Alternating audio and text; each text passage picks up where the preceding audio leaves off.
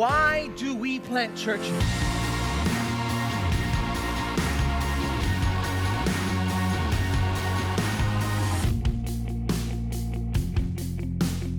Matt goes, here's my vision. I want to train and send church planters. I want to do that for the rest of my life. Help me do that. We needed some preachers, and I asked Arnaldo if he would preach. I remember I felt like I didn't blink that whole sermon, and I just had this thought. I was like, this guy's one of the best preachers I've ever heard, and he should be a lead pastor somewhere. And so 2018 comes to an end. I'm finishing my postgrad, and it felt like we could breathe again for the first time in a very long time. And so the first thing we decided to do with our newfound breath was, hey, let's plant a gospel community in our home.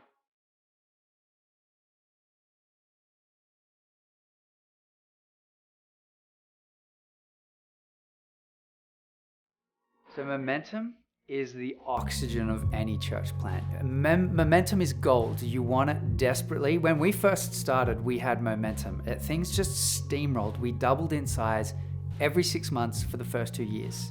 We thought that was just going to keep going forever. And so when we went to plant again, we had all this faith and expectation that the same thing that happened for us first time around would happen again.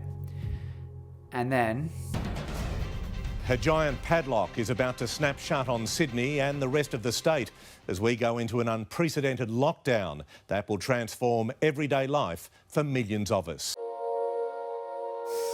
It was probably the most difficult experience, especially, easy to say, the most difficult leadership experience that I've ever had.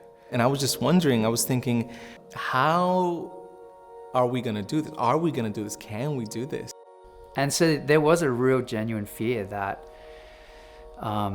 people would just disengage and check out. What I saw my job through those times is, how can we remain attentive to God? What is He doing here? Because even while our plans are thrown to the wind, God is doing something to learn how to hold our plans loosely, but hold on to God tightly. But it was difficult. To go from such intense in-person meetings to then being mediated by pixels. And it was just chaos for us. All the while, we're thinking, is this still gonna happen? Are we still gonna plant a church? I remember we had this conversation in our executive leadership, and we were like, do we just pull the pin on this? Should we just delay this inevitably? So we said, let's just go ahead with what we have in our hands and do it. And then we had our launch service, so we maxed out at 150, 1 per 4 square meter people, masks, sanitizers everywhere, beautiful band. We had tons of food. It was just a beautiful, it was just a beautiful moment. I remember Arnaldo got down after preaching that incredible message and came over to me, gave me a hug, and just started sobbing. He's heaving on me, and I'm in tears, he's crying, we're crying. It was one of those moments where it was like a sense of relief and then this deep sense of God's gonna do something here at the same time, because we did it. We launched our first church plant. So from 6 p.m. today, all of Greater Sydney will go into a lockdown with stay-at-home orders in place until midnight, Friday the 9th of July. We knew it was coming, but tonight the reality is still sinking in for millions of people across Sydney. 4 more weeks of lockdown. It's our never-ending nightmare. We enter into what we know now, hindsight, 18, 20-week lockdown. And I had never felt more stretched or stressed in my life. But what I kept before me was people. It wasn't so much an idea of a church that kept me going. It wasn't the idea of Anchor Southwest. It wasn't that I was so married to a vision or a mission, but it was what's behind that. It's people who I love dearly, people who I want to see come out of the other side of this thing loving Jesus, and knowing more than that, knowing that Jesus loved them and that Jesus was with them.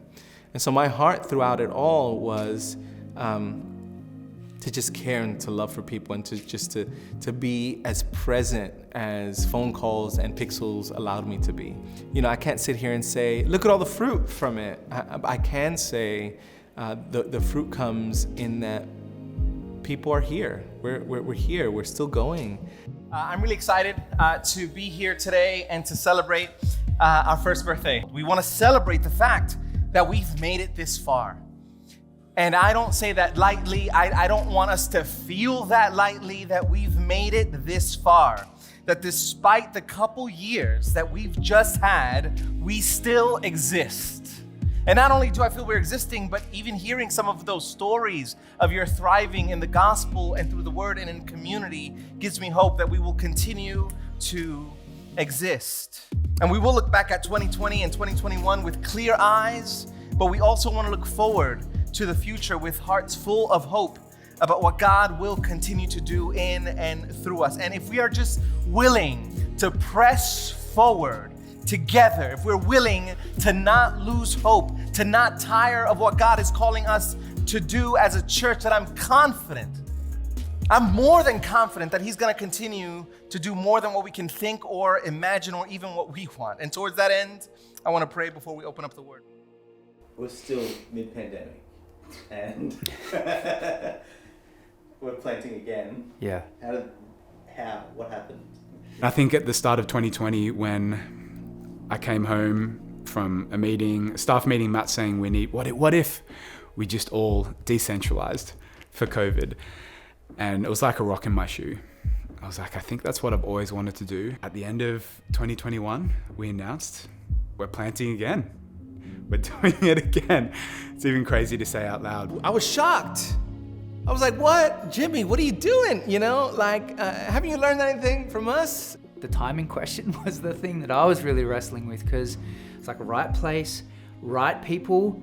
God, is this the right time? Like, really? Again, so soon?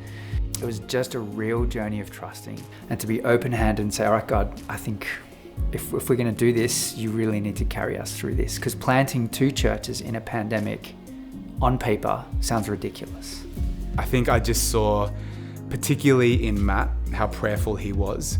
And he just had this constant sense, and I trusted him, that we have to have a sense of faith. It almost needs to be beyond logic and reason.